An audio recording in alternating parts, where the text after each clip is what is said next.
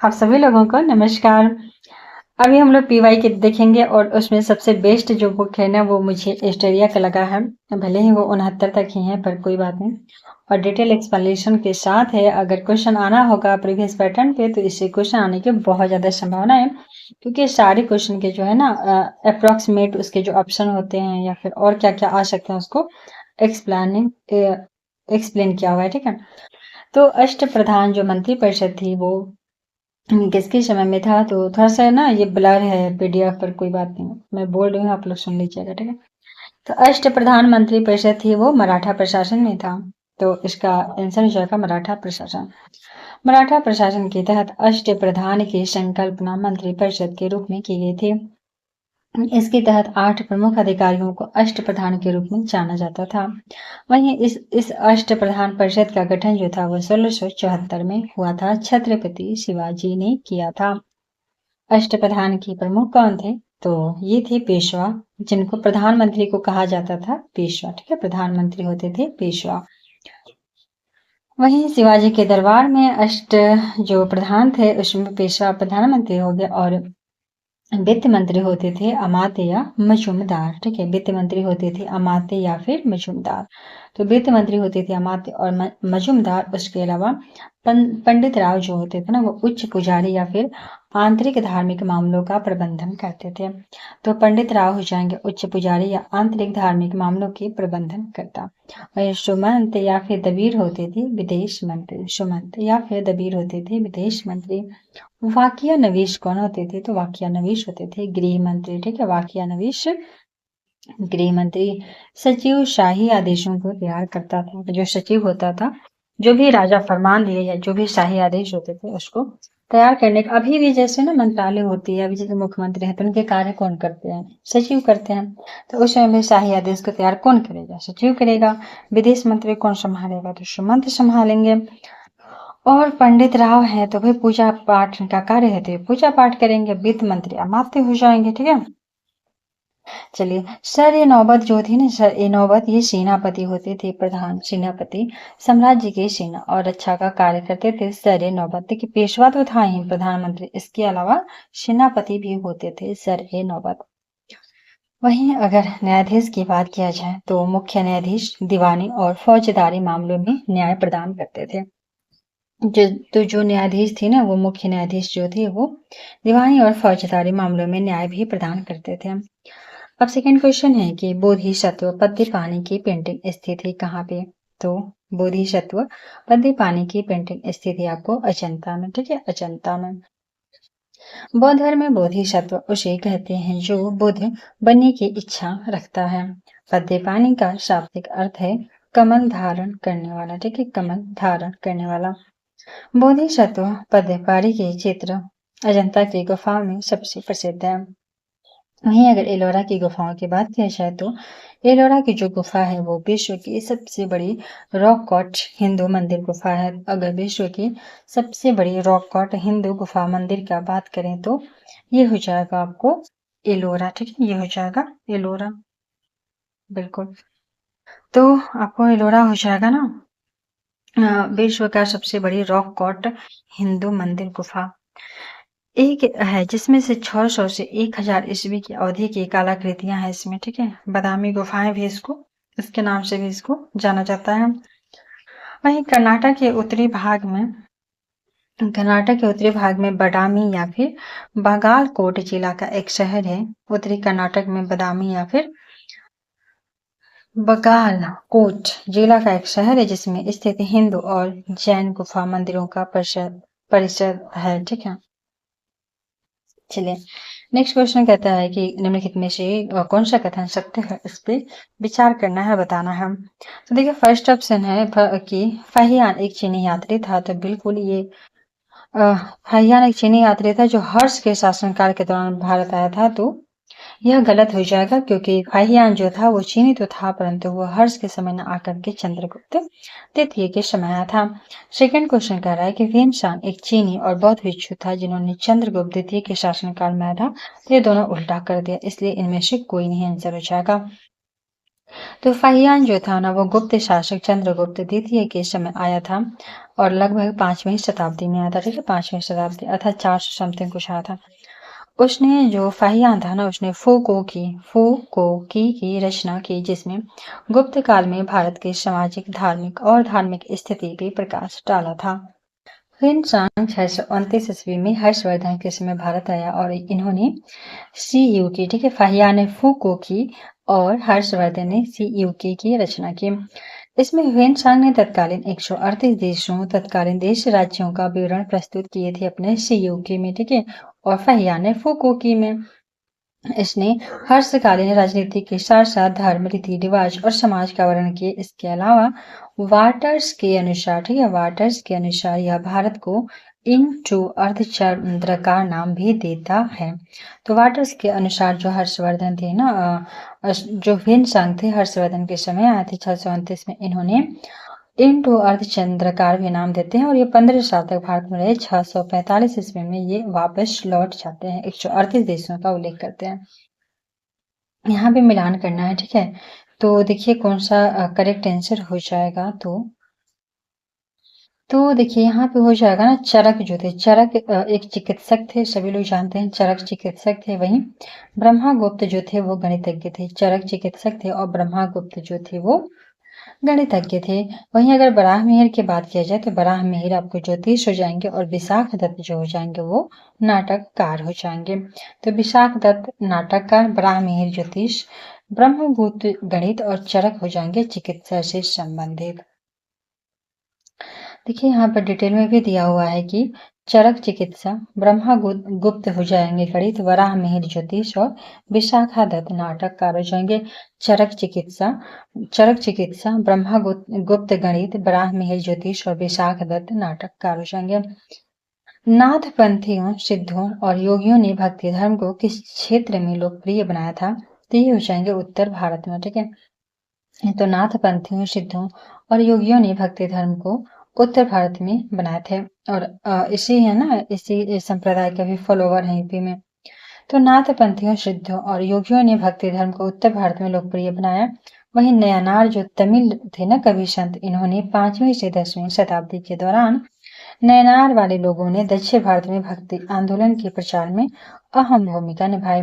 जबकि अगर 12वीं शताब्दी की बात करें तो इसके शुरुआत में ही रामानंद जो थे, यह आंदोलन दक्षिण भारत जो चल रहे थे नयनार तमिल कवियों के द्वारा, संतों के द्वारा शिव से वैष्णव से संबंधित ना लवा नयनार, तो इन्होंने ना रामानंद ने क्या किया कि उत्तर भारत में ले आए। वहीं अगर चैतन्य महाप्रभु, नामदेव, तुकाराम, जयदेव इत्यादि का बात किया जाए तो ये सभी के सभी लोग भक्ति आंदोलन से को अधिक मुखरता से प्रदान किए थे, मतलब अधिक ज्यादा लोकप्रिय बनाए थे। वहीं आदि शंकराचार्य का बात किया जाए तो ये 788 ईस्वी में आदि शंकराचार्य का जन्म जो होती है वो केरल के कोची में होती है। वहां पे कलाडी नामक स्थान पे होता है। इन्होंने अद्वैतवाद, ठीक है, शंकराचार्य ने अद्वैतवाद के सिद्धांत को प्रतिपादित किया और संस्कृत में वैदिक सिद्धांतों पे अनेक टिप्पणियां की थी, ठीक है। तो वैदिक सिद्धांतों पर इन्होंने टिप्पणी किया और फिर अद्वैतवाद के सिद्धांत को प्रतिपादित किया। इनके द्वारा सनातन धर्म के प्रचार के लिए श्रृंगेरी, पुरी, द्वारिका और बद्रीनाथ में भारत के चारों कोनों पे 4 मठों की स्थापना की जाती है और इसलिए भी शंकराचार्य बहुत ज्यादा प्रमुख हो जाते हैं। तो हो जाएगा श्रृंगेरी, पुरी, द्वारिका और बद्रीनाथ। श्रृंगेरी, पुरी, द्वारिकानाथ और बद्रीनाथ, ठीक है। नेक्स्ट क्वेश्चन कहता है कि प्रारंभिक वैदिक काल के दौरान कौन सा शहर प्राचीन मगध साम्राज्य की राजधानी के रूप में कार्य करता था? तो ये हो जाएगा आपको राजगीर, ठीक है। तो प्रारंभिक वैदिक काल के समय वर्तमान राजगीर जो है मगध की प्रथम राजधानी था। प्रारंभिक वैदिक काल में ही पाटलिपुत्र भारत का एक शहर था जिसे गंगा नदी के पास एक छोटे से किले के रूप में उदयन ने बसाया था 466 से लेकर 444 बीसी में। तो उदय ने 466 से 444 बीसी में इसको बसाया था। पाटलिपुत्र जो था उसमें नंद वंश के बाद आपको शिशुनाग, ये क्रम पूछ लेता है कभी कभी, ठीक है। तो नंद वंश आते हैं, उसके नंद वंश, शिशुनाग वंश, मौर्य वंश और गुप्त वंश की राजधानी ये रही थी, ठीक है। तो अफगानी तुर्क जो शासक थे, अफगानी तुर्क शासक शेर शाह सूरी ने पाटलिपुत्र का नाम बदल के क्या रखा था? पटना, ठीक है। तो इसका क्रम थोड़ा सा गड़बड़ है, आप लोग देख लीजिएगा। तो ये क्रम नंद वंश के बाद तो मौर्य वंश आया था, शिशुनाग वाला नहीं आया था। तो यहाँ पे ना अफगानी तुर्क के शासक शेर शाह सूरी थे। इन्होंने पाटलिपुत्र का नाम बदल करके पटना रखा। तो अगर पूछा जाए कि पाटलिपुत्र का नाम पटना कौन रखे, तो शेरशाह सूरी ने। मौर्य काल में स्थित पाटलिपुत्र विश्व के सबसे बड़े शहरों में से एक था और मगध को 16 महाजनपदों में सबसे महत्वपूर्ण महाजनपद माना जाता था। राजनीति की प्रारंभिक पुस्तक नीतिसार किसके द्वारा लिखी गई है, तो ये हो जाएंगे कामंदक। ठीक है, कामंदक। तो कामंदक जो था ना, नीतिशार राज्यशास्त्र का एक सांस्कृतिक ग्रंथ था जो कौटिल्य के अर्थशास्त्र पर आधारित था। कामंदक ने नीतिशार लिखा जो कौटिल्य के अर्थशास्त्र पर आधारित था। इसकी रचयिता कामंदकी या कामंदक हैं। यह रचना साधारणतः कामंदकीय नाम से प्रसिद्ध है। इसमें गुप्त काल में प्राचीन में भारत में राजनैतिक जीवन, कूटनीति, राजकीय चित्रणों को दर्शाया गया। यहाँ पे कुछ रचना और इनके रचनाकार दिए गए हैं जो कि प्राचीन समय के बहुत ज्यादा इंपॉर्टेंट हो जाते हैं। देखिए, अर्थशास्त्र के कौटिल्य सभी लोग जानते हैं। राजतरंगिणी के कलहन, पृथ्वीराज रासु चंद्रवदाई, हर्षचरित लिखे बाणभट्ट। ठीक है, हर्षचरित बाणभट्ट। वही मुद्रा राक्षस के विशाखदत्त और अभिज्ञान शकुंतलम के कालिदास और स्वप्नावास व दत्ता के हो जाएंगे भाष। स्वप्नावास व दत्ता के भाष। ठीक है। चीनी स्रोत के अनुसार श्रीलंका के शासक मेघवर्मन ने गया में बौद्ध मंदिर बनाने की अनुमति के लिए किस गुप्त राजा के पास एक मिशनरी भेजा, तो ये हो जाएंगे समुद्रगुप्त। तो श्रीलंका के शासक मेघवर्मन, ठीक है, श्रीलंका का शासक मेघवर्मन के समकालीन थे आपको समुद्रगुप्त। तो ये इन्होंने ही गया में बौद्ध मंदिर बनाने के लिए अनुमति के लिए भेजा। तो गुप्त सम्राट समुद्रगुप्त ने श्रीलंका सिलोन के बौद्ध राजा मेघवर्मन को बोध गया में एक मठ बनाने की अनुमति दे देते हैं। इस कार्य के लिए समुद्रगुप्त को अनुकंपवन या करुणा से भरा कहा गया। तो चूंकि हम मेघवर्मन को अनुमति देते हैं, इसीलिए समुद्रगुप्त को कहा गया कि आप अनुकंपवन हैं, आप करुणा से भरे हुए हैं। ठीक है। समुद्रगुप्त 335 से लेकर के 375 ईस्वी, ठीक है, समुद्रगुप्त 335 से लेकर 375 ईस्वी तक इनका साम्राज्य चला है। और समुद्रगुप्त गुप्त साम्राज्य के प्रसिद्ध शासक थे जो गुप्त वंश के चौथे राजा हुए और चंद्रगुप्त प्रथम के उत्तराधिकारी और चौथे राजा 335 से 375 ईस्वी। समुद्रगुप्त से संबंधित इलाहाबाद स्तंभ लेख उनके दरबारी कवि हरिसेन, समुद्रगुप्त के दरबारी कवि थे हरिसेन, इनके द्वारा रचित प्रशस्ति लेख है जिसमें समुद्रगुप्त के सैन्य विजयों का वर्णन किया गया है। तो वो कौन कौन सा विजय किए, क्योंकि उनको कहा जाता है ना बहुत ज्यादा वो विजित किए थे पूरा समुद्र तक। तो इनका हरिसेन ने मतलब उस पर लिखित जो भी लिखा गया है वो हरिसेन द्वारा रचित है प्रशस्ति लेख। भारतीय कला में स्तूप चैत्य और बिहार का निर्माण किससे संबंधित है, तो ये हो जाएगा बौद्ध धर्म से। तो भारतीय कला में स्तूप चैत्य और बिहारों को बौद्ध वास्तुकला के रूप में देखा जा सकता है।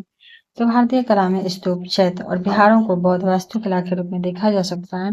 वहीं चैत्य जो था वो बौद्ध धर्म में पूजा स्थल के लिए चैत्यों का निर्माण किया गया।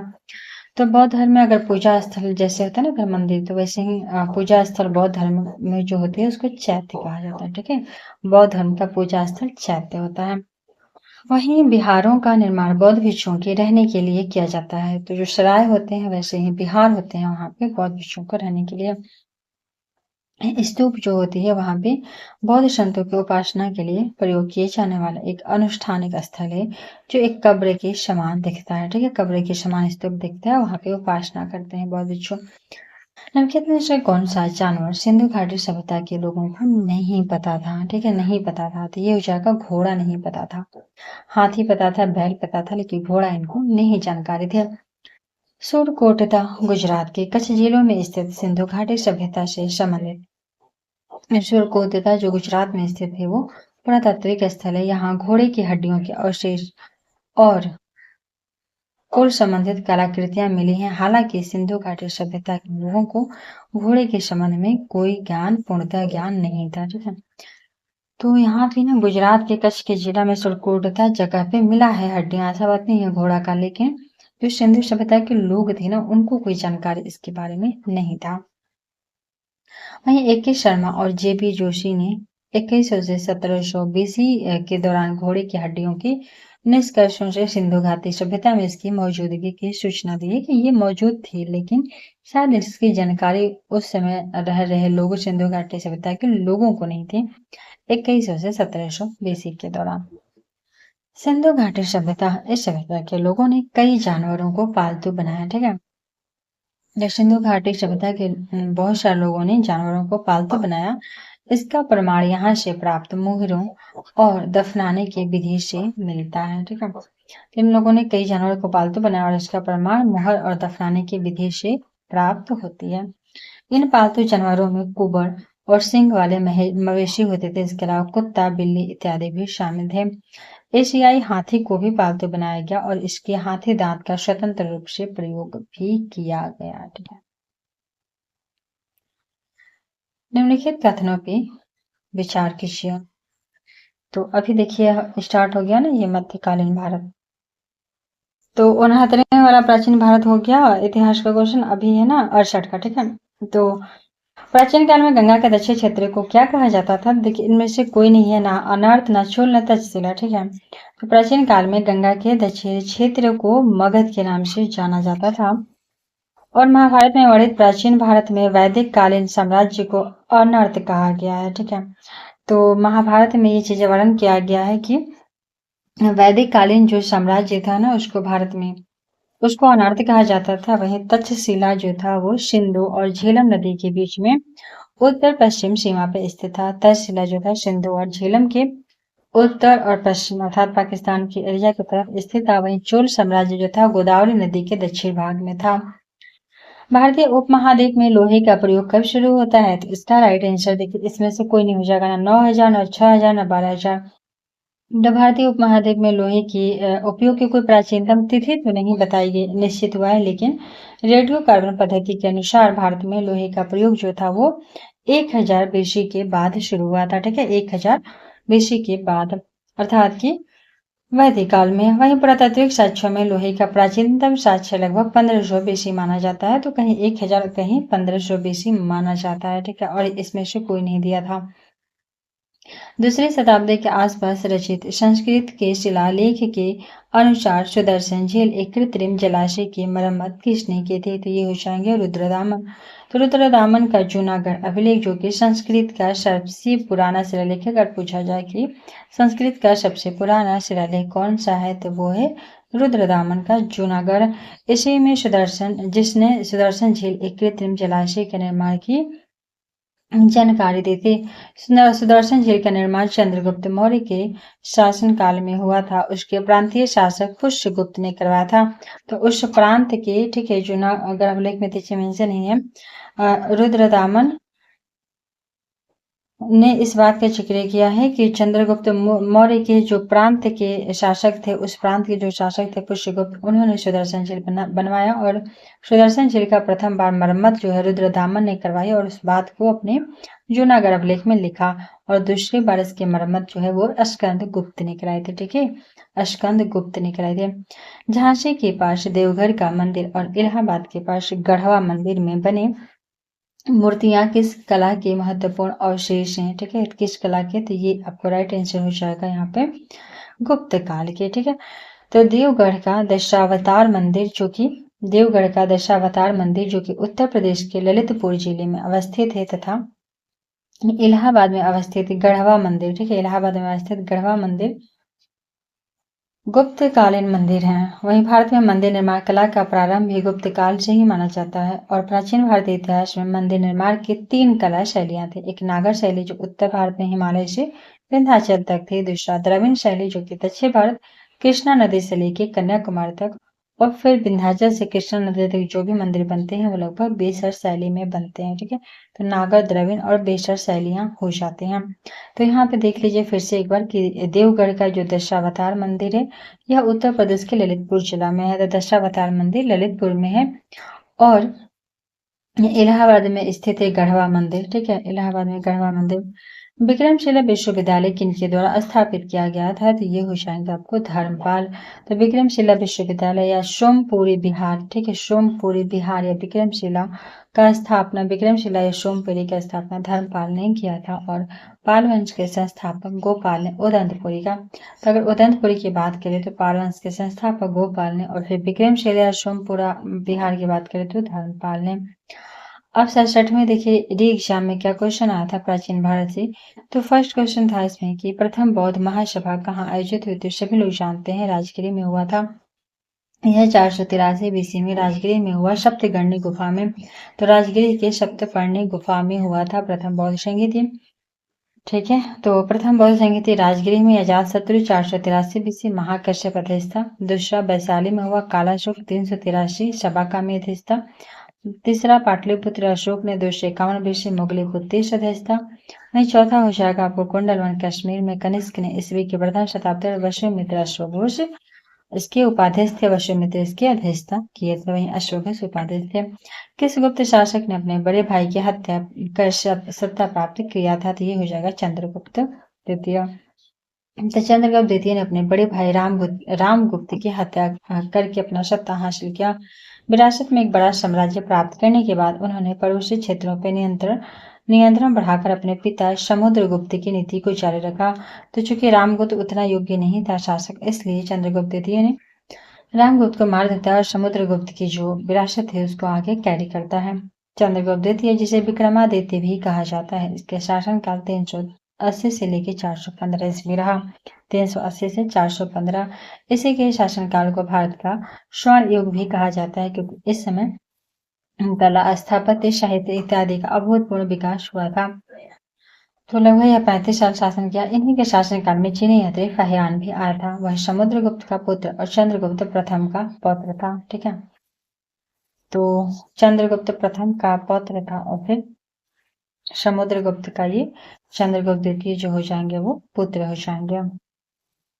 ठीक है, तो सांची अभिलेख में उसे देवराज या प्रवरसेन कहा गया। अगर सांची अभिलेख का बात करें तो चंद्रगुप्त द्वितीय को देवराज या फिर प्रवरसेन कहा गया, देवराज या प्रवरसेन कहा गया है। वहीं विक्रमादित्य ने अपनी दूसरी राजधानी जो था उज्जैनी को बनाया था, दूसरी राजधानी उज्जैनी को बनाया था। चंद्रगुप्त ने विद्वानों को साक्षात दिया। उसके दरबार में 9 रत्न निवास करते थे, 9 रत्न भी रहते थे, जिनमें से कालिदास, वराहमिहिर, धन्वंतरी प्रमुख थे। सभी लोग जानते हैं कालिदास को, अभिज्ञान शकुंतला सब लिखे भी थे। वराहमिहिर को सभी लोग जानते हैं, धन्वंतरी को सभी लोग जानते हैं, सारे के सारे चंद्रगुप्त द्वितीय के दरबारी थे। वहीं अगर वर्धन राजवंश की स्थापना की बात किया जाए तो ये हो जाएंगे पुष्यभूति। ठीक है, वर्धन राजवंश की स्थापना पुष्यभूति ने किया था। वर्धन वंश को पुष्यभूति वंश भी कहा जाता है, क्योंकि गुप्तों के बाद उत्तर भारत में सबसे ज्यादा विस्तृत साम्राज्य की स्थापना इन्होंने ही किया था। इस वंश का उदय हरियाणा के थानेश्वर में हुआ था। बाणभट्ट ने हरिश्चरित में पुष्पभूति को वर्धन वंश का संस्थापक बताया। इसके अलावा बाणभट्ट के अन्य लेख हैं कादम्बरी और चंडी शतक। तो बाणभट्ट ने हर्षचरित के अलावा कादम्बरी और चंडी शतक भी लिखे हैं। तो बाणभट्ट हर्षचरित के अलावा कादम्बरी और चंडी शतक भी लिखे हैं। रोमन साम्राज्य से व्यापारिक संबंध किसने स्थापित किया था? ये हो जाएंगे कुषाण। तब पार्थियनों के रोम से संबंध अच्छे नहीं थे, इसलिए चीन से व्यापार करने के लिए रोम को कुषाणों से, ठीक है, रोम को कुषाणों से, चूंकि इनका ना रोम से संबंध अच्छा नहीं था पार्थियन का, इसलिए कुषाणों से मधुर संबंध बनाने पड़े और यह व्यापार महान सिल्क मार्ग या रेशम मार्ग से संपन्न होता है। प्रथम शताब्दी में भारत और रोम के बीच में मधुर संबंध का उल्लेख पेरिप्लस ऑफ द इरिथियन श्री नामक पुस्तक में देखने को मिलती है। तो भारत रोम के अच्छे संबंध हो गए थे व्यापार की वजह से प्रथम शताब्दी में। तो यह पेरिप्लस ऑफ द इरिथियन श्री नामक पुस्तक में देखने को मिलता है। वही मगध शासक बिंबिसाकर चिकित्सक कौन था? तो ये हो जाएगा जीवक। ठीक है, तो मगध शासक बिंबिसाकर चिकित्सक था, जीवक। बिंबिसार मगध साम्राज्य का सम्राट था। इन्होंने हर्यक वंश की स्थापना किया और बिंबिसार का शासनकाल 544 बीसी से लेकर 492 बीसी तक था। गौतम बुद्ध के समय का प्रसिद्ध वैद्य जीवक बिंबिसार के दरबार में था। वही अवंती राजचंद प्रद्योत से उसका युद्ध हुआ था, लेकिन बाद में मैत्री संबंध हो जाने के कारण उसने अपने राज्यवैद्य जीवक को चंद प्रद्योत के राज्य में चिकित्सा के लिए भेजता है। और चूंकि चंद प्रद्योत को पीलिया नामक रोग हो जाता है, इसीलिए उनका इलाज करने के लिए जीवक को यहाँ पे बिम्बिसार जो था ना वो भेजता है। ठीक है, 544 से 492 विषय 67। देखिए यहाँ पे जो कैंसर पेपर था उसमें पूछता है क्वेश्चन की निम्नलिखित में से कौन सा हड़प्पा कालीन स्थल गुजरात में है? तो हो जाएगा आपको कौन सा, तो ये हो जाएगा ना लोथल। ठीक है, लोथल। तो हड़प्पा कालीन स्थल कौन सा है जो गुजरात में है? तो ये लोथल है। गुजरात के अहमदाबाद जिले में भोगवा नदी के किनारे खंभात की खाड़ी के निकट लोथल स्थित है। इसकी खोज 1957 में रंगनाथ राव ने किया था। यहाँ से प्रसिद्ध गोदीवारा या डाक यार्ड का साक्ष्य मिला है। प्रसिद्ध गोदीवारा या डाक यार्ड का साक्ष्य मिला है। इसके अलावा यहाँ पे चावल, फारस की मोहर, हाथी के दांत, चक्की आदि के भी साक्ष्य मिले हैं। चोल वंश का संस्थापक कौन था? तो सभी लोग जानते हैं विजयालय था। ठीक है, तो चोल वंश का साम्राज्य का स्थापना विजयालय ने किया था। कब किया था? तो 8वीं शताब्दी में। तो विजयालय ने 8वीं शताब्दी अर्थात 700 समथिंग में इसकी स्थापना किया था। चोलों की राजधानी जो थी वो तंजौर थी। चोलों की राजधानी तंजौर थी और चोल काल की नटराज मूर्ति एवं स्थानीय स्वशासन की व्यवस्था अति प्रसिद्ध है। प्रथम बौद्ध संगीति के उप अध्यक्ष कौन थे? तो ये हो जाएंगे, फिर से वही क्वेश्चन आ गया, महाकश्यप। ठीक है, तो प्रथम के महाकश्यप हो जाएंगे, द्वितीय के शवाकामी हो जाएंगे, तृतीय के हो जाएंगे मोगली पुत्तिश और चौथे के हो जाएंगे वसुमित्र और अश्वघोष इसके उपाध्यक्ष हो जाएंगे। केरातुर्जियन पुस्तक किसने लिखा था? तो ये हो जाएंगे भारवी। केरातुर्जियन लिखे थे भारवी। केरातुर्जियम या किरात वेशधारी शिव और अर्जुन की कथा है। शिव और अर्जुन की कथा है। इस महाकाव्य की रचना महाकवि भारवी ने किया था। इसमें 18 सर्ग हैं। ठीक है, 18 सर्ग या 18 अध्याय हैं, जबकि भारवी 6ठी शताब्दी संस्कृत के महान कवि थे। इस पुस्तक की कथा वस्तु महाभारत से ली गई थी। ठीक है, अब 66 में देखिए प्राचीन भारत से क्वेश्चन क्या आया है कि निम्न में से किस हड़प्पा नगर में जुते हुए खेतों के निशान मिले हैं? तो ये हो जाएंगे कालीबंगन। ठीक है, कालीबंगन। तो सिंधु सभ्यता की खोज वर्ष 1921 में दयाराम साहनी ने किया था। इन्होंने सबसे पहले सिंधु सभ्यता के नगर खोज को खोजा था, जो रावी नदी के तट पर स्थित है। सिंधु घाटी सभ्यता में जुते हुए खेत के प्रमाण जो है वो कालीबंगन से मिलते हैं। जुते हुए खेत कालीबंगन से। कालीबंगन जो है वो घग्गर नदी के किनारे राजस्थान में स्थित है। वहीं राजस्थान में घग्गर नदी के किनारे कालीबंगन है और यहाँ पे जुते हुए खेत मिले हैं। सिंधु घाटी सभ्यता में नर्तकी की कांस्य मूर्ति मोहनजोदड़ो से मिली है। इसके अलावा कालीबंगन से है ऊंट मिला है, चना, सरसों और अंकुरित ईंटों के साक्ष्य भी कालीबंगन से मिले हैं। फीसी का भी।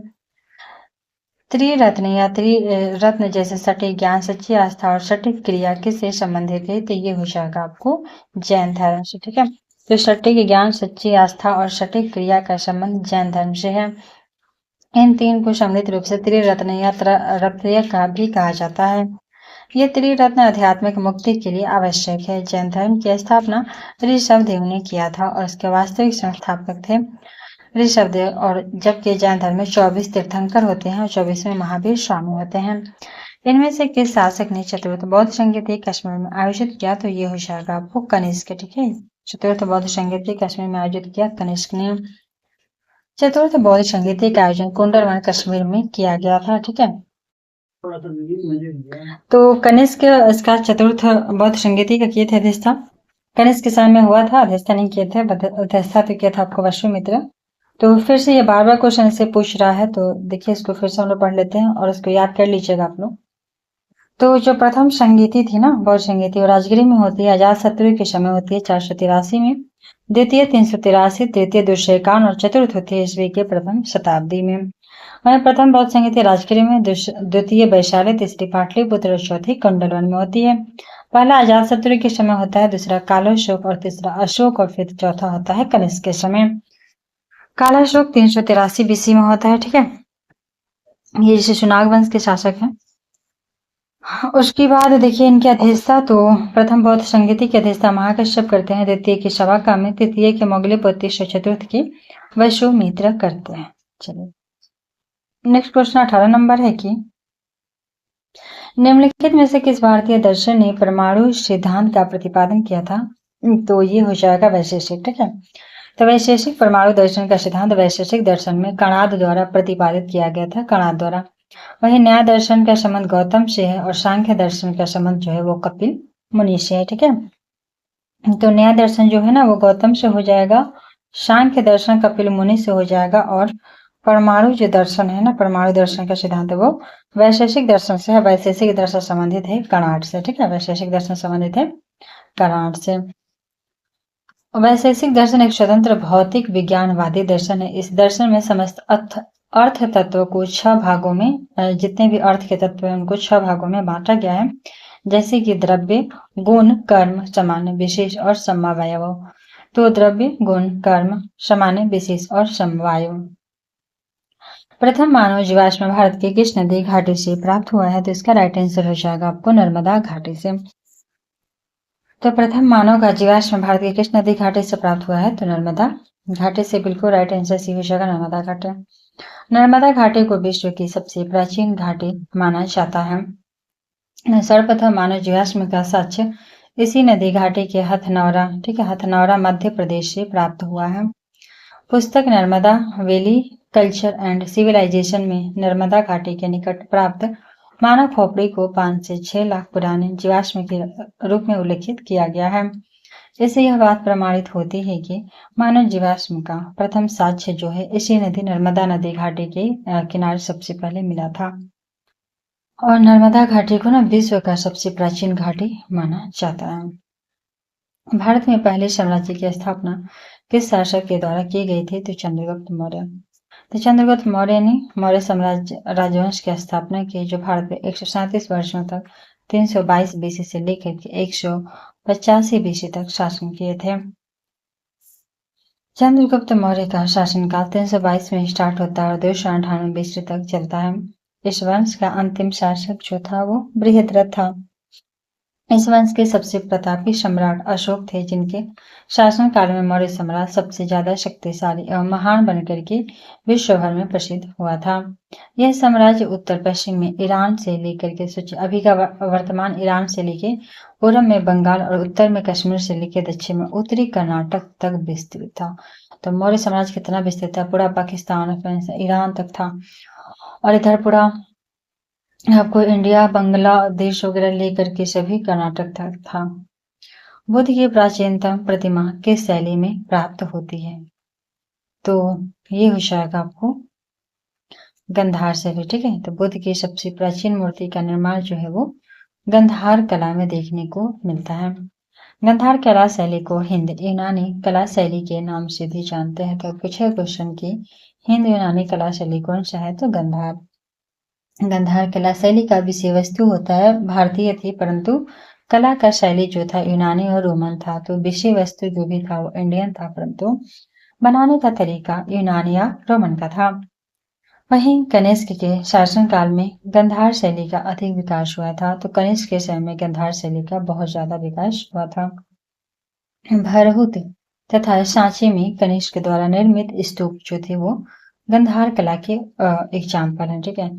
तो सांची में कनिष्क द्वारा निर्माण किया गया जो स्तूप था, और सांची मध्य प्रदेश में पड़ता है। इसके अलावा भरहुत का जो स्तूप था, ये सांची और भरहुत दोनों का दोनों गंधार कला का ही उदाहरण है।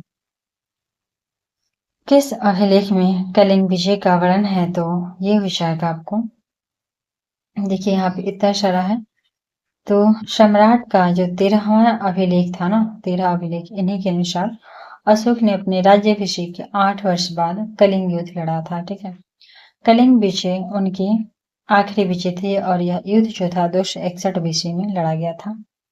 कलिंग के बाद अशोक का हृदय परिवर्तन होता है और वो बौद्ध धर्म की दीक्षा लेते हैं।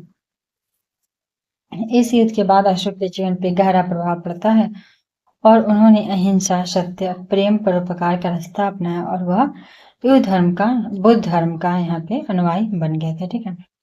तो अब 66 पे खत्म हो गया, 65 का देखते हम लोग क्या क्वेश्चन पूछे। तो अपने शिलालेखों में अशोक जो थे सामान्यतः किस नाम से जाने जाते हैं? तो ये हो जाएगा आपको प्रियदर्शी, ठीक है। तो अपने शिलालेखों में अशोक जो थे वो प्रियदर्शी के नाम से जाने जाते हैं। अशोक पहला भारतीय राजा थे जिन्होंने अपने अभिलेखों के सहारे सीधे अपनी प्रजा को संबोधित किए थे। अशोक का नाम अशोक केवल लघु शिलालेखों से मिला है, जबकि अन्य सभी अभिलेखों में अशोक को देवनाम प्रिय, ठीक है, देवनाम प्रिय या फिर प्रियदर्शी, देवों का प्यारा की उपाधि के रूप में अंकित किया गया है। जोसेफ प्रिंसप ने सबसे पहले देवनाम प्रिय प्रियदर्शी को अशोक के रूप में पहचाना था। तो जोसेफ प्रिंसप व्यक्ति थे जिन्होंने सबसे पहले देवनाम प्रिय प्रियदर्शी का अर्थ निकाले किया अशोक के रूप में पहचाने कि देवनाम प्रियदर्शी बात किया जा रहा है अशोक के बारे में। जोसेफ प्रिंसप, ठीक है। इनमें से कौन गुप्त काल में औषधि के क्षेत्र में अपने कार्य के लिए जाने जाते हैं? तो ये हो जाएंगे आपको, देखिए तो इसमें औषधि का क्षेत्र वाला कोई भी नहीं है, तो इसका राइट आंसर हो जाएगा गुप्त काल के प्रसिद्ध औषधि के विद्वान धन्वंतरी थे। विकल्प में दिए गए नाम में केवल सुश्रुत हैं जो आयुर्वेदाचार्य थे, लेकिन इनका काल लगभग 600 बीसी माना जाता है। सुश्रुत का 600 बीसी। सुश्रुत को शल्य चिकित्सा का जनक या सर्जरी का पिता भी माना जाता है, ठीक है। तो गुप्त काल पूछ रहा है, तो चूंकि गुप्त काल में धन्वंतरी थे इसलिए इनमें से कोई नहीं राइट आंसर हो जाएगा। निम्नलिखित में से प्राचीन भारत की कौन सी लिपि दाहिने से बाएं की ओर लिपि लिखी जाती है? तो दाएं से बाएं लिखी जाती है आपको खरोष्टी लिपि, ठीक है। खरोष्टी लिपि प्राचीन भारतीय लिपि है जिसे दाएं से बाएं, ठीक है, दाएं से बाएं की तरफ लिखा जाता है। यह लिपि भारत के पश्चिम उत्तर अर्थात अभी पाकिस्तान वाला एरिया गंधार क्षेत्र यहाँ पे प्रचलित था। भारत के पश्चिम उत्तर भाग में अशोक के शिलालेखों की खरोष्टी लिपि का प्रयोग होता है, ठीक है। खरोष्टी लिपि का प्रयोग वहां पे किया जाता है। निम्नलिखित में से कौन सा बंदरगाह था जो गुप्त काल में उत्तर भारतीय व्यापार के लिए उपयोग किया जाता था? तो ये हो जाएगा ताम्रलिप्ति, ठीक है। तो ताम्रलिप्ति बंदरगाह था जो गुप्त काल में व्यापार के लिए प्रयोग होता था। भारत के पूर्वी तट पे स्थित ताम्रलिप्ति शहर का ताम्रलिप्ति बंदरगाह गुप्त काल का प्रमुख बंदरगाह था। यहाँ से दक्षिण एशिया तथा दक्षिण पूर्व एशिया में व्यापार किया जाता था। पश्चिमी तट के बंदरगाह भरूच, ठीक है, पश्चिम में भरूच एवं पश्चिम एशिया से व्यापार होता था। वहीं ताम्रलिप्ति बंदरगाह वर्तमान में पश्चिम बंगाल के मिदनापुर जिले में है ताम्रलिप्ति, और यहीं से पूर्व के एरिया का व्यापार होता था, जबकि भरूच वाला जो बंदरगाह है वहां से पश्चिम एशिया का व्यापार होता था, ठीक है। तो चलिए अब 65 वाला 65 में देखिए कौन सा क्वेश्चन आया दिव्यांग कोटि वाला में। तो निम्न कथनों में से कौन सा कथन सही है, ठीक है। तो हड़प्पा का उत्खनन 1921 में हुआ था, बिल्कुल कथन सत्य है। वर्तमान में हड़प्पा पाकिस्तान में है, ठीक है, यह भी कथन सत्य है। हड़प्पा ब्यास नदी के किनारे, यह गलत हो जाएगा। वहीं हड़प्पा के उत्खननकर्ता भी गलत है, बाकी सब गलत है। तो हड़प्पा सभ्यता की खोज 1921 में दयाराम साहनी ने किया था। यह रावी नदी के तट पर स्थित है, ठीक है। क्वेश्चन में दिया था आपको ब्यास नदी, जबकि हड़प्पा जो है वो रावी नदी के तट पे है। यह स्थान वर्तमान समय में पाकिस्तान के पंजाब प्रांत में है। हड़प्पा सभ्यता को सिंधु घाटी सभ्यता के नाम से भी जाना जाता है। यह कांस्य युगीन सभ्यता थी तथा भाषा में इस सभ्यता का सबसे बड़ा स्थल जो था वो राखीगढ़ी था, ठीक है। सबसे बड़ा स्थल राखीगढ़ी था, और यह राखीगढ़ी जो है ना वो घग्गर नदी के तट पे है, हरियाणा में है। तो राखीगढ़ी सबसे बड़ा है सिंधु घाटी का, और यह घग्गर नदी के तट पे है, हरियाणा में है, ठीक है। तो निम्न में से कौन सी नदी है जो सप्त सिंधु प्रदेश में समाविष्ट नहीं थी? तो ये हो जाएगा साबरमती। बाकी झेलम, चिनाव, रावी, सतलज सभी के सभी था। तो ऋग्वैदिक काल में आर्य लोग 7 नदियों वाले सप्त सिंधु क्षेत्र में निवास करते थे तथा साबरमती नदी इस 7 नदियों में शामिल नहीं था। यहाँ पे कुछ प्राचीन नाम दिए गए हैं और फिर उसके वर्तमान नाम है। तो देखिए कुरुप जो है ना, कुरुप यह किस नदी का नाम है? तो यह कुरम का है। कुरुप जो है वो कुरम नदी का वर्तमान में कुरम नाम है इसका, कुरुप का। वहीं कुभा जो है ना अभी इसका काबुल नाम है, कुभा काबुल कुब कुर्रम, बेतस्ता झेलम का नाम है, और अश्किनी जो था वो चिनाव का नाम था, परुष्णी राबी का था, शदा नीरा गंडक का नाम था, और सरस्वती जो थी वो घग्घर नदी का प्राचीन नाम। तो एक बार फिर से हम लोग पढ़ेंगे इसको और याद करेंगे, ठीक है। तो क्रुप जो था ना, क्रुप कुर्र नदी, कुभा काबुल, बेतस्ता झेलम, अश्किनी चिनाव, परुष्णी ब्यास परुष्णी राबी, शदा नीरा गंडक, ठीक है, शदा नीरा गंडक, और सरस्वती हो जाएगा घग्घर। तो चलिए नेक्स्ट क्वेश्चन देखिए क्या कहता है कि चंद्रगुप्त मौर्य ने सेल्यूकस को बख्शिश के रूप में क्या दिया था। तो चंद्रगुप्त मौर्य ने सेल्यूकस को बख्शिश के रूप में हाथी दिया था, क्योंकि उधर हाथी नहीं मिलता था। तो चंद्रगुप्त मौर्य मौर्य वंश का संस्थापक था। इनका जन्म 345 बीसी के आसपास हुआ था। 322 में ये राजा बने थे। जस्टिन ने चंद्रगुप्त मौर्य को सेंड्रोकोटस कहा था। तो जस्टिन ने चंद्रगुप्त मौर्य को सेंड्रोकोटस कहा था, जिसकी पहचान विलियम जोन्स ने चंद्रगुप्त मौर्य के रूप में की। तो जस्टिन जो थे वो चंद्रगुप्त और सेंड्रोकोटस के हैं। वहीं एंड्रो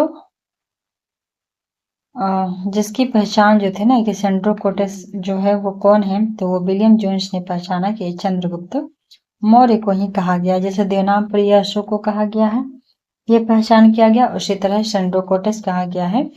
चंद्रगुप्त मौर्य को यह पहचाना विलियम जोन्स ने। चंद्रगुप्त मौर्य जैन धर्म का अनुयायी था। चंद्रगुप्त मौर्य जो था ना वो जैन धर्म के अनुयायी थे, और इन्होंने जैन धर्म की शिक्षा जो है वो भद्रबाहु से लिया था, भद्रबाहु से। 305 बीसी में चंद्रगुप्त मौर्य ने सेल्यूकस निकेटर को हराया था। इस हार के बाद निकेटर ने अपनी पुत्री हेलेना का विवाह चंद्रगुप्त से करवा दिया और उनके साथ संधि कर लिया। चंद्रगुप्त मौर्य सेल्यूकस को उपहार स्वरूप 500 युद्ध हाथी उपहार में दिया था। सेल्यूकस ने भी उपहार स्वरूप चंद्रगुप्त मौर्य को 4 प्रदेश दिया था। ठीक है, सेल्यूकस ने भी 4 प्रदेश दिया था, और ये चारों प्रदेश का प्राचीन नाम और आधुनिक नाम देखिए क्या क्या था। तो प्राचीन नाम एरिया था, ठीक है, और अभी इसको हेरात बोला गया है। तो हेरात, कंदहार, काबुल और बलूचिस्तान, ठीक है, काबुल, बलूचिस्तान, हेरात, कंदहार सेल्यूकस निकट रख दिए गए।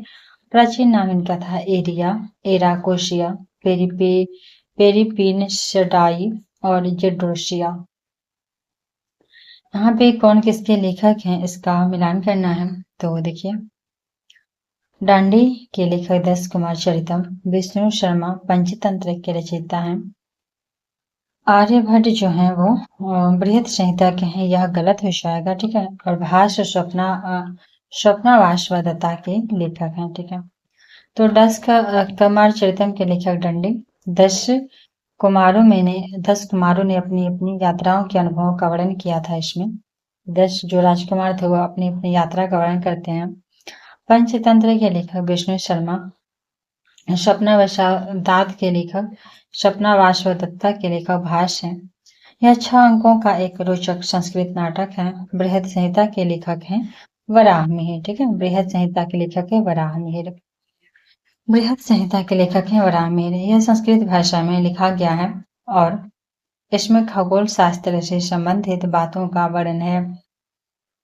आर्यभट्ट की प्रसिद्ध पुस्तक आर्यभट्टीय है, जो 5 भागों में विभक्त है। वहीं गीति कपदकम, 10 गीतिका, गणितपाद, काल क्रिया और गोल सादा। विग्रह राज फोर ने अजमेर के 2.5 दिन का झोपड़ा नामक मस्जिद के पहले किसका निर्माण किया था।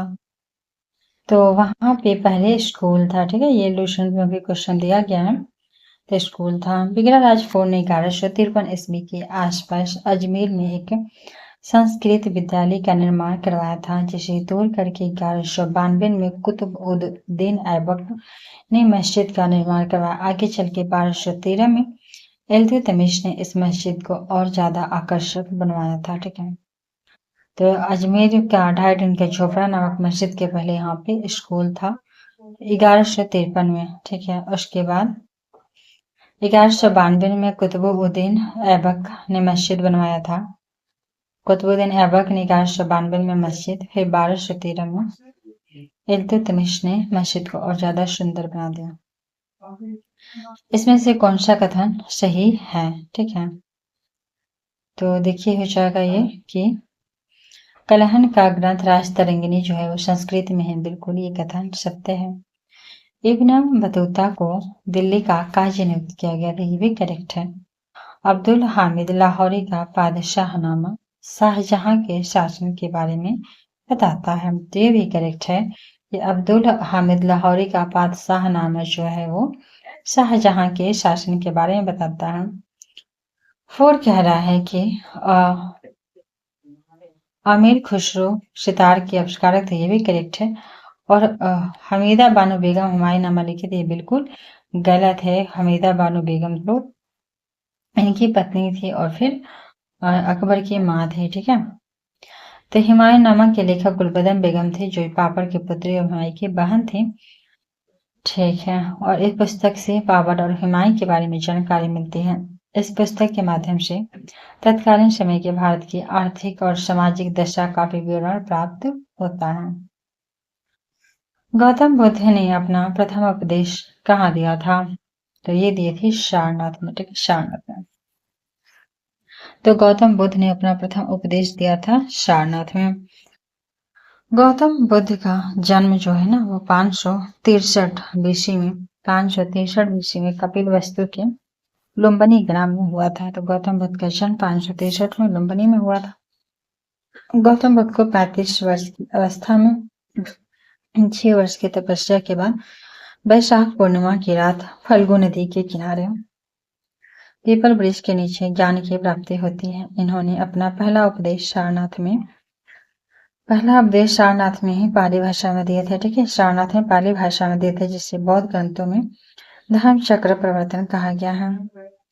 महात्मा बुद्ध ने यह उपदेश अपने 5 शिष्य वास्य, महामना, कौंडिन्य, भदिया और अश्वजीत के समझ लिया था। ये 5 शिष्य का नाम था वास्य, महानामा, कौंडिन्य, भदिया और अश्वजीत। ठीक है, भदिया, अश्वजीत, कौंडिन्य, महानामा और वास्य। भारत में पशुपालन एवं कृषि की प्राचीनतम साक्ष्य कहाँ से मिले? तो ये मिला है मेहरगढ़ से। ठीक है, सबसे पहले कृषि और पशुपालन का साक्ष्य मेहरगढ़ से प्राप्त हुआ है। मेहरगढ़ भारतीय उपमहाद्वीप की सबसे पुरानी कृषि बस्ती है। इस स्थान से घोड़ा, गधा, खच्चर जैसे मालवाहक का प्रमाण मिलता है। तो मेहरगढ़ से कृषि के साथ साथ घोड़ा, गधा, खच्चर का भी मिलते हैं। लेकिन उस समय जो था ना, ऐसा क्वेश्चन आ जाए कि क्या सिंधु सभ्यता के लोगों को किस जानवर का पहचान नहीं था, तो घोड़ा ही होगा। लेकिन घोड़ा का जो अवशेष है वो प्राप्त हुआ है।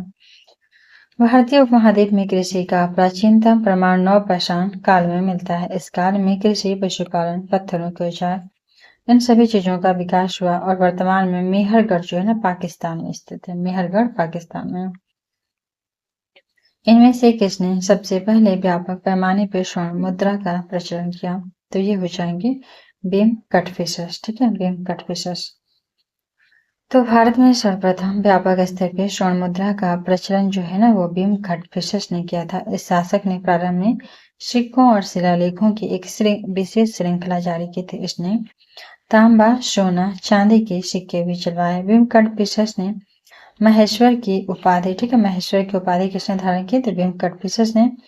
यह कुषाण वंश का शासक था। भीम कटफिशर्स जो था वो कुषाण वंश के शासक थे, जिसके कनिष्क थे, और यह कनिष्क का पिता भी था। ठीक है, तो भीम कटफिशर्स का ही पुत्र था कनिष्क, और जो सबसे प्रतापी शासक होता है इस कुषाण वंश का, और इन्होंने ही सबसे पहले, कुषाणों ने ही सबसे पहले सबसे ज्यादा मात्रा में व्यापक पैमाने पर स्वर्ण मुद्रा जारी करवाया था।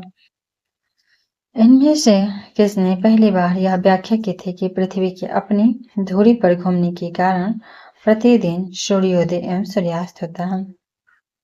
तो ये हो जाएंगे आर्यभट्ट। ठीक है, तो सबसे पहले आर्यभट्ट ने यह बताया था कि पृथ्वी की अपनी धुरी पर घूमने के कारण ही सूर्यास्त एवं सूर्योदय होता है। आर्यभट्ट गुप्त काल में एक प्रसिद्ध खगोल विज्ञानी थे। ये चंद्रगुप्त द्वितीय के दरबार में रहते थे। चंद्रगुप्त द्वितीय जो गुप्त काल के थे, इनके समय में यहाँ लगभग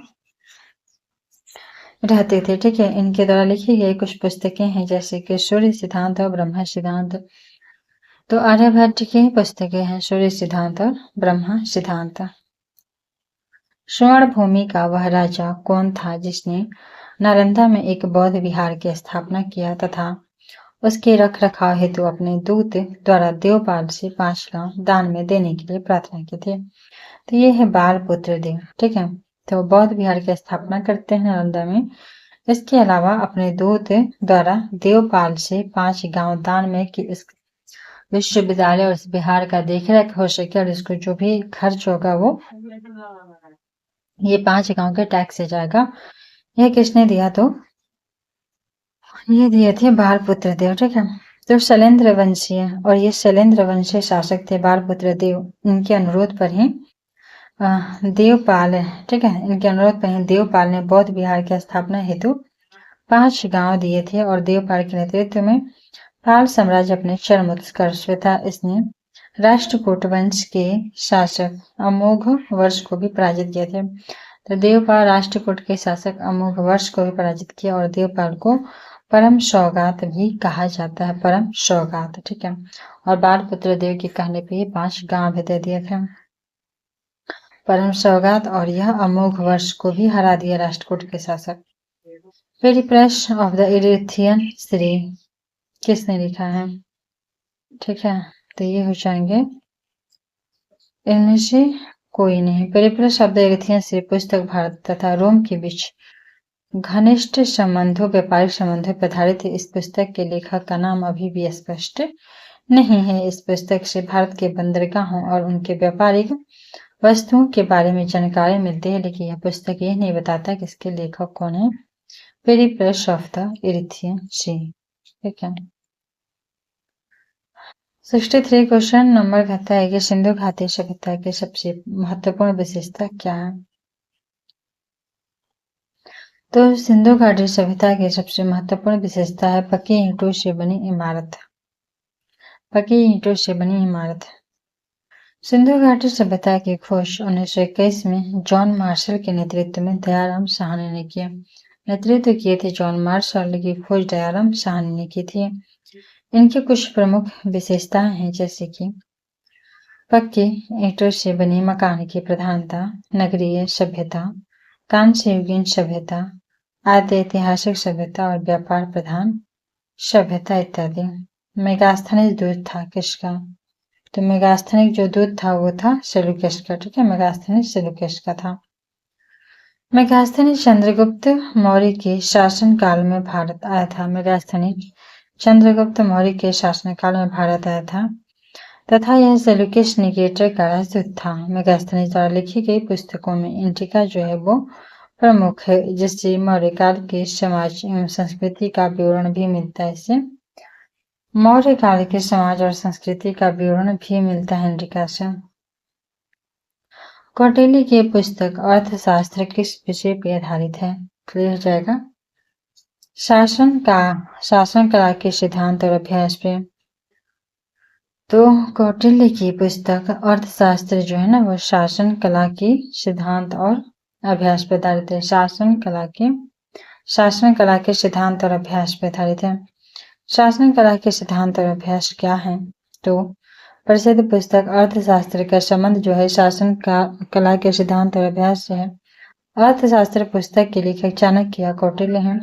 घनानंद को हराने में चाणक्य ने ही चंद्रगुप्त मौर्य की सहायता की थी, जिसके बाद यह चंद्रगुप्त का प्रधानमंत्री बन गए थे। वहीं कौटिल्य ने अर्थशास्त्र में सप्तांग सिद्धांत दिया है जो काफी प्रचलित है। ठीक है, विनय त्रिपिटक इसकी धार्मिक पुस्तक है, तो यह बौद्ध की हो जाएगा। ठीक है, त्रिपिटक बौद्ध की। त्रिपिटक ग्रंथ का संबंध बौद्ध धर्म से है। इस ग्रंथ में महात्मा बुद्ध के उपदेशों को संग्रहित किया जाता है। इस ग्रंथ को लिखने में पाली भाषा का उपयोग किया गया है। त्रिपिटक के अंतर्गत 3 पिटक हैं, विनय पिटक, सुत्त पिटक और अभिधम पिटक। तो विनय पिटक के संकलित कर्ता है उपाली, सुत्त पिटक के आनंद, अभिधम पिटक के मुगली पुत्तिश और इसमें क्या क्या बताया गया है, तो विनय है तो नियम कानून बताया जाएगा इसमें। शुद्ध पुस्तक में सूत्र है अर्थात उपदेश है, बुद्ध के उपदेश है। वहीं अभिधम पिटक की बात करें तो यह दार्शनिक है, ठीक है। अभिधम पिटक दार्शनिक है, विनय पिटक नियम कानून है, संघ के नियम है, और फिर शुद्ध पिटक जो है ना उनके उपदेशों का बुद्ध की शिक्षा या उपदेश का संकलन है शुद्ध पिटक, और अभिधम पिटक है दार्शनिक है, ठीक है। इसके संकलनकर्ता कौन कौन से हैं, तो फिर से देखते हैं हम लोग। विनय पिटक के उपाधि, शुद्ध पिटक के आनंद, और अभिधम पिटक के हो जाएंगे मोगलीपुत्तिश, ठीक है। अशोक के धम्म का मूल संदेश क्या है, अशोक के धम्म का मूल संदेश से क्या है, तो ये हो जाएगा, देखिए इनमें से ई वाला आंसर हो जाएगा कि राजा के प्रति वफादारी, शांति, हिंसा, ये सब कुछ भी नहीं हो जाएगा, बल्कि सम्राट अशोक ने अपने अभिलेख में धम्म शब्द का प्रयोग इसलिए किया है ताकि, जिसका तात्पर्य होता है कि प्रजा के नैतिक उत्थान के लिए प्रस्तुत की गई कोई भी आचार संहिता से है, ठीक है। तो अशोक ने धर्म की जो परिभाषा दी है वो राहुलोवाद शुद्ध से ली गई है, ठीक है। राहुलोवाद शुद्ध से ली गई है। भारत में शिलालेखों का प्रचलन अशोक द्वारा शुरू किया गया था। भारत में शिलालेखों का प्रचलन अशोक ने शुरू किया। पुराणों में अशोक को अशोक वर्धन का नाम दिया गया है। मौर्य साम्राज्य का 7 वर्गों में विभाजन का विशेष रूप से उल्लेख किया जा सकता है मेगास्थनीज की पुस्तक इंडिका में। तो मेगास्थनीज की पुस्तक जो इंडिका है ना, उसमें सेल्यूकस निकेटर चंद्रगुप्त मौर्य का राजदूत था तथा यह मेगास्थनी जो था सेल्यूकस निकेटर का राजदूत था तथा यह चंद्रगुप्त मौर्य के शासनकाल में भारत आया था। इसने अपनी पुस्तक इंडिका में भारतीय समाज को 7 भागों में विभाजित किया। पहला था दार्शनिक, चरवाहा, किसाकारी, किसान, सैनिक, कारीगर, व्यापारी, और जासूस और सभासद या मंत्री थे, ठीक है। ये 7 कौन कौन से थे, किसान हो जाएंगे, व्यापारी हो जाएंगे, चरवाहा, दार्शनिक, इसके अलावा सैनिक हो जाएंगे, मंत्री और जासूस या निरीक्षक। प्रसिद्ध चीनी यात्री फाहियान ने किसके शासनकाल में भारत की यात्रा की, तो इसका राइट आंसर हो जाएगा चंद्रगुप्त द्वितीय। फाहियान चीनी यात्री था जो बौद्ध धर्म का था अनुयायी था। इसने चंद्रगुप्त द्वितीय के शासनकाल में भारत की यात्रा किया। 399 से 414 ईस्वी तक यह भारत में बौद्ध शिक्षा ग्रहण किया और उसकी यात्रा का वर्णन एक बहुत महत्वपूर्ण यात्रा वृतांत है। फाहियान ने अपना विवरण में मध्य प्रदेश की जनता को सुखी और समृद्ध बताया है। तो फाहियान के अनुसार मध्य प्रदेश की जनता सुखी और समृद्ध थी। चोल काल किसके लिए प्रसिद्ध था, तो ये हो जाएगा आपको ग्राम पंचायत, ठीक है। तो चोल वंश का संस्थापक विजयालय था। इसकी राजधानी तंजौर या तंजौर थी।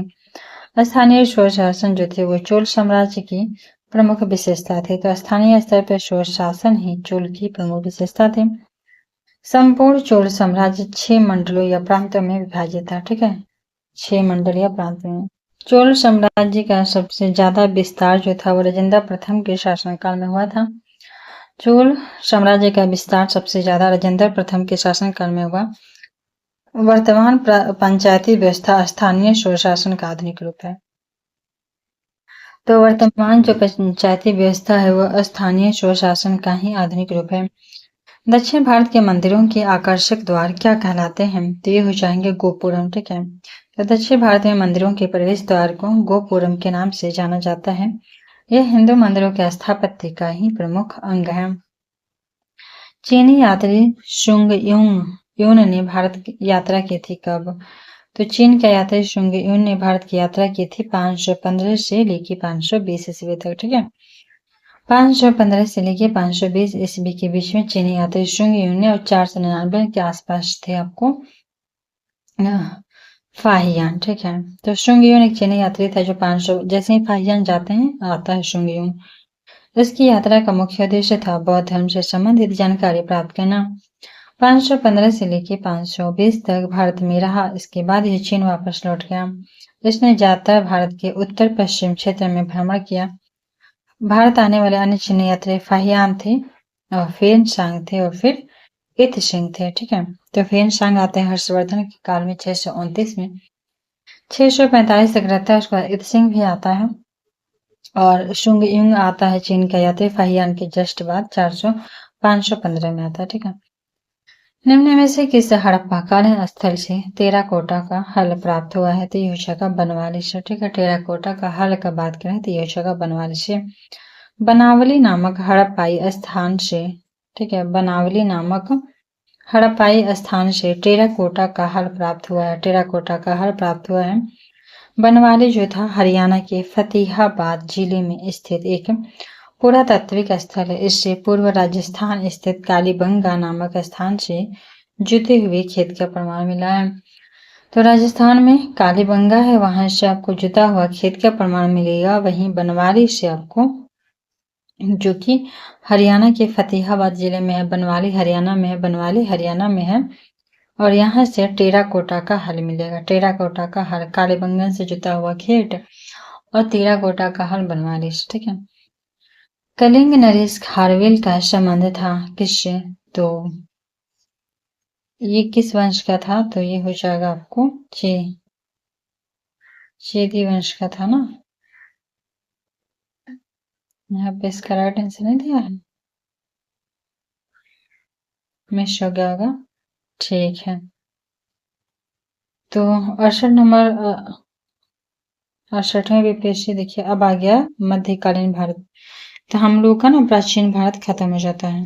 तो यहाँ पे देखिए कलिंग नरेश खारवेल के समय चेदी वंश तो था ही, इसके अलावा ना इसको महामेघवान वंश भी कहा जाता था, क्योंकि कलिंग जो साम्राज्य था उसका स्थापना महामेघवन नामक व्यक्ति ने किया था, और उसी के नाम पे मतलब उस वंश का नाम ही पड़ गया महामेघवान। लेकिन जनरली मोटा मोटी चेदी वंश थे, चूंकि यहाँ पे एक से अधिक दिया हुआ है तो इसीलिए इसका राइट आंसर ई हो जाएगा। ठीक है, एक से अधिक हो जाएगा। अब फाइनली जाकर के खत्म हो जाता है प्राचीन जो हिस्ट्री है। 70 का रहा बात, तो 69 तो कंप्लीट हो गया, 70 का तो उसको अभी तो सभी लोग एग्जाम दिए ही हैं तो पता ही होगा। फिर भी हम लोग अलग से शेयर प्रैक्टिस में कर लेंगे। ठीक है, थैंक्स फॉर वॉचिंग, मिलते हैं नेक्स्ट वीडियो में।